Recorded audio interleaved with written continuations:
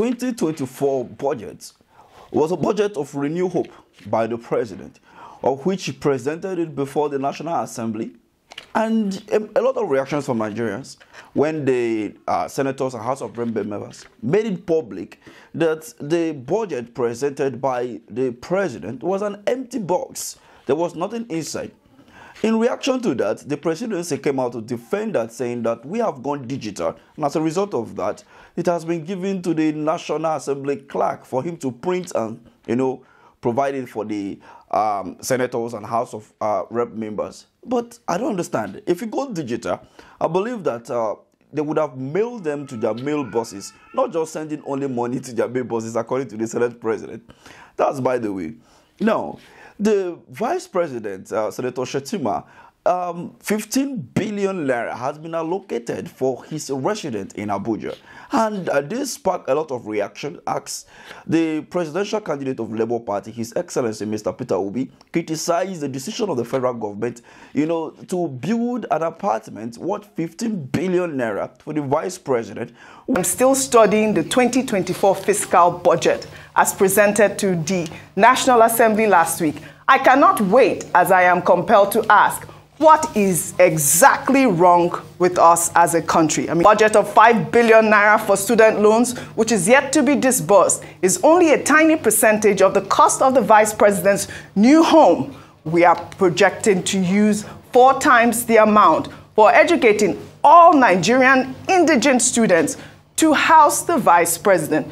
We need leaders who show compassion and are willing to sacrifice for common progress and development. Such compassionate and frugal leaders are critical in our journey to the new Nigeria. When the educational sector in Nigeria is declining and only 5 billion was allocated into the student loan proposed by the federal government in the budget for 2024. We all recall that the supplementary budget, which came with 5 billion or 7 billion naira rather for the presidential yachts, of which it was widely criticized, and the House of Rep member moved that to the student loan, which is supposed to be a total of 10 billion. But then we heard from Senator Ali Ndume, who said that, it has been prepared, purchased, but not paid for and delivered. So the drama that is, unfolding every day now and then in Nigeria from the presidency and the APC government is something that is so uncalled for. Now, if you ask me, it is very, very unfortunate that the president is not thinking about, his people. Now, the vice president, in response to what Mr. Peter Obi said, he's saying that he... Check that statement. That was a statement issued by his spokesperson, yes. Stanley Nkocha. And this is the first time I will see Stanley Nkocha issuing a statement. Sometimes I tell our colleagues or, the boys that are on the block now, that it's not everything you respond to.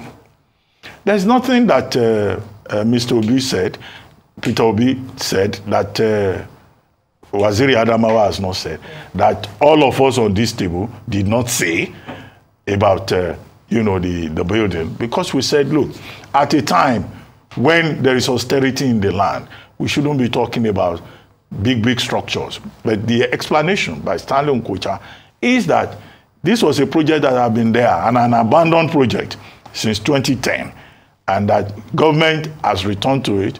The FCTA, Federal Capital Territory Administration, led by Nyesom Wike, which manages structures in the Federal Capital Territory, says he doesn't want abandoned projects. But he has gone to start with, the VP's residence. When we had earlier been told in the supplementary budget that, provisions have been made for the renovation of the VP's residence. So that's why people are raising issues. So all the explanations given by Stanley Nkocha doesn't make sense. But the funny part of it that I found is that Peter Obi is suffering from post-election trauma.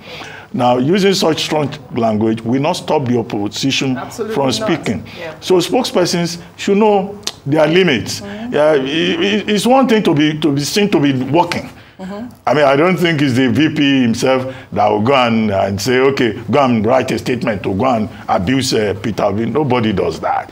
But Stanley Nkocha will jump ahead and say, I have to defend my Oga. I have to defend my Oga. If he wants to do that with this emerging opposition, he will be busy every day writing rejoinders. Yes. Defeat that he had during the 23 February 2023 general election, 25th of February, I beg your pardon.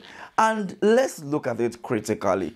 Did Peter Obi lost the election? According to the INEC and the Supreme Court and tribunal before the Supreme Court, he lost the election. But we all know in Nigeria that the election was massively rigged, and the oppositions were rigged out by, those that rigged the election. We all knew that even at the Supreme Court, the petition filed by the opposition, in particular the Labour Party candidate and Peter Obi, the Labour Party candidate and the Labour Party itself, the petition was not attended to, of which it is up till now, the judgment given from the Supreme Court cannot be found anywhere. And this is causing a lot of problem. I don't understand why the Supreme Court will make a judgment and instead of them to present, give the parties their copy of the judgment, they're still holding it back. Now, let's ask ourselves this question. Is this how things are being run in a democratic setting? And now that you've declared somebody a winner and the court has affirmed the person as the winner, even when the petition before them was not attended to, and to provide even the judgment that you pass is now becoming a challenge.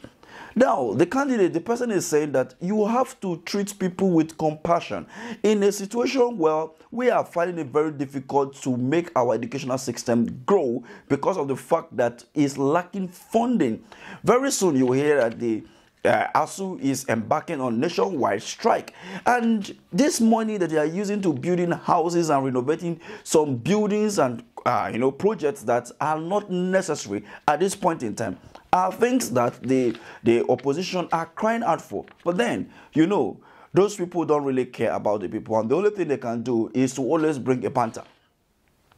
So what Mr. Peter Obi is talking about here is the right thing to do. Instead of them going ahead to build a new apartment or even renovate an apartment that they are not even staying, especially like the one in Lagos, of which the president doesn't stay and even the vice president doesn't, but then they visit the place once in a while. It is good that that place is renovated, knowing fully well that it has been abandoned over a long period of time. But then, in this particular time, we don't need to renovate that place now. Maybe you can renovate it later, but not now when you have a lot of things to do, especially when it comes to your educational sector and other sector of the economy that need urgent attention. What do you think about this?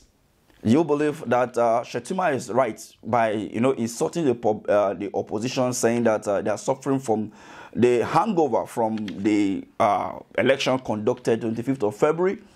Or what the opposition leader, in particular of Labour Party and Peter Obi, saying that, you need to treat your people and be compassionate to your people, and as well as reduce your cost of governance, like we all saw what happened in Dubai when we have item 7.